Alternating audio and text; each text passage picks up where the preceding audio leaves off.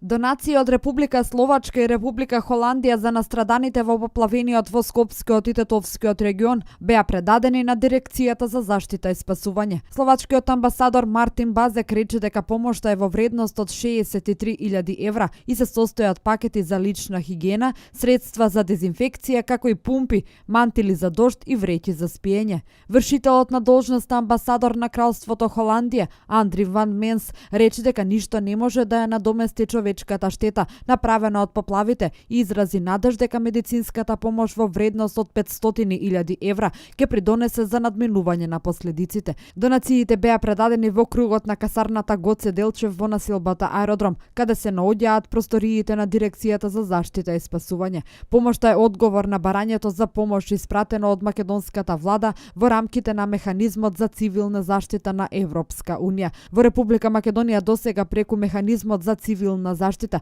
пристигнаа донации од Грција, Австрија, Чешка, Унгарија и Бугарија.